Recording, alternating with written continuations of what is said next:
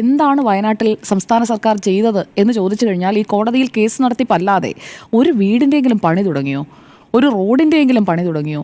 അവിടെ മതമോ ജാതിയോ രാഷ്ട്രീയമോ ഒന്നും നോക്കാതെയാണ് എല്ലാവരും ഓടിയെത്തിയത്. ഇപ്പോൾ നമ്മൾ സംസാരിച്ചുകൊണ്ടിരിക്കുന്ന ഫെബ്രുവരിയിലാണ്.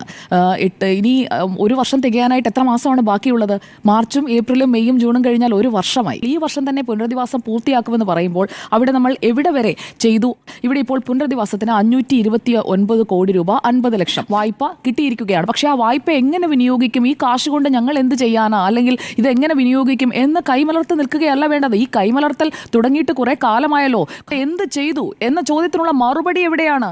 പണമെടുത്ത് ചെയ്യാനടക്കം ഹൈക്കോടതി ആവശ്യപ്പെട്ടത് നമ്മുടെ മുന്നിലുണ്ട്. അവർക്കായി ടൗൺഷിപ്പ് നിർമ്മിക്കും, അല്ലെങ്കിൽ ടൗൺഷിപ്പിൽ താമസിക്കാൻ താല്പര്യമില്ലാത്തവർക്ക് 15 ലക്ഷം എന്നൊക്കെ രീതിയിലുള്ള വാഗ്ദാനങ്ങളും പ്രഖ്യാപനങ്ങളും ഈ പറച്ചിലുകളും സൗണ്ട് ബൈറ്റ്സ് അല്ലാതെ അതിനപ്പുറം എന്താണ് ചെയ്തു തുടങ്ങിയത്? ചോദിച്ച എമൗണ്ട് ആണ്, വായ്പ ചോദിച്ച എമൗണ്ട് വായ്പയെ അനുവദിക്കുമ്പോൾ തന്നില്ലെങ്കിൽ പറയും വായ്പയും തന്നില്ല, ഞങ്ങളെ കൊല്ലുന്നേ എന്ന് നിലവിളിക്കും.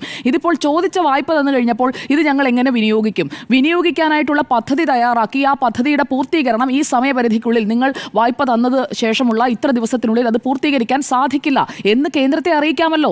ധനസെക്രട്ടറിമാർ തമ്മിലുള്ള ഒരു കൂടിയാലോചനയിൽ, അല്ലെങ്കിൽ അങ്ങനെയുള്ള ഒരു ചർച്ചയിൽ തീരാവുന്ന ഒരു പ്രശ്നത്തെയാണ് കേന്ദ്രം കൊല്ലുന്നേ എന്ന് പറയുന്നത്. എന്നാൽ സംസ്ഥാനം ആ മനുഷ്യരെ കൊന്നുകൊണ്ടിരിക്കുകയാണ്. സംസ്ഥാന സർക്കാർ എന്താണ് ഇടപെട്ട് ചെയ്തുകൊണ്ടിരിക്കുന്നത് എന്ന ചോദ്യം കൂടി ആർജവത്തോടെ പ്രതിപക്ഷം ചോദിക്കണം. അത് എന്തുകൊണ്ട് സംഭവിക്കുന്നില്ല? അതോ കേന്ദ്രത്തെ മാത്രം കുറ്റം പറഞ്ഞ് ഇരുന്നാൽ മതിയോ? സംസ്ഥാനം എന്തുകൊണ്ട് ചെയ്യുന്നില്ല? കോടതി പറഞ്ഞതാണല്ലോ എടുത്ത് ഉപയോഗിക്കാൻ. അത് ഉപയോഗിച്ചോ എന്ന് എന്തുകൊണ്ട് പ്രതിപക്ഷം ചോദിക്കുന്നില്ല? 2 ടൗൺഷിപ്പിനായിട്ടുള്ള എസ്റ്റേറ്റുകൾ ഏറ്റെടുക്കൽ, അല്ലെങ്കിൽ സ്ഥലം ഏറ്റെടുക്കൽ പോലും അത് സാധ്യമായിട്ടില്ല എന്നത് നമ്മുടെ മുന്നിലുള്ള ഒരു വസ്തുതയാണ്. ദാവരട്ടെ ടൗൺഷിപ്പ് എന്ന് പറഞ്ഞു കഴിഞ്ഞാൽ ടൗൺഷിപ്പ് വരില്ല, ദാവരട്ടെ സബ്സ്റ്റേഷൻ എന്ന് പറഞ്ഞാൽ സബ്സ്റ്റേഷൻ വരില്ല എന്നൊക്കെ കേന്ദ്രത്തിൽ ഇരിക്കുന്നവർക്കും അറിയാം. അല്ല എന്നുണ്ടെങ്കിൽ കേന്ദ്രസേന വന്ന് ബെയിലി പാലം പണിതതുപോലെയുള്ള കാര്യങ്ങൾ ചെയ്യേണ്ടി വരും. അതല്ല, പ്രായോഗികമായുള്ള നടത്തിപ്പിലെ ബുദ്ധിമുട്ടുകളൊക്കെ അറിയാവുന്ന ആളുകൾ തന്നെയാണ് അവിടെയും ഇരിക്കുന്നത്. ഈ 100 കോടിയുടെ കേന്ദ്ര ഫണ്ട് സ്ഥലം ഏറ്റെടുക്കാൻ, ഒപ്പം സംസ്ഥാന ഫണ്ട് പ്ലസ് സ്പോൺസേഴ്സ് ഇത് കൂടി ചേരുമ്പോൾ ടൗൺഷിപ്പിനുള്ള സ്ഥലം ഏറ്റെടുക്കാനായിട്ടുള്ള കാശ് എന്ന് പറയുന്നത് 100 crores പ്ലസ് ആണ്. അത് ഈ കേന്ദ്ര ഫണ്ടും സംസ്ഥാന ഫണ്ടും സ്പോൺസേഴ്സും കൂടി ചേരുമ്പോഴേക്കും നിഷ്പ്രയാസമുണ്ടല്ലോ. 50 വർഷം കഴിഞ്ഞുള്ള ഒരു പലിശരഹിത വായ്പ തിരിച്ചടയ്ക്കുന്നതിലേക്ക്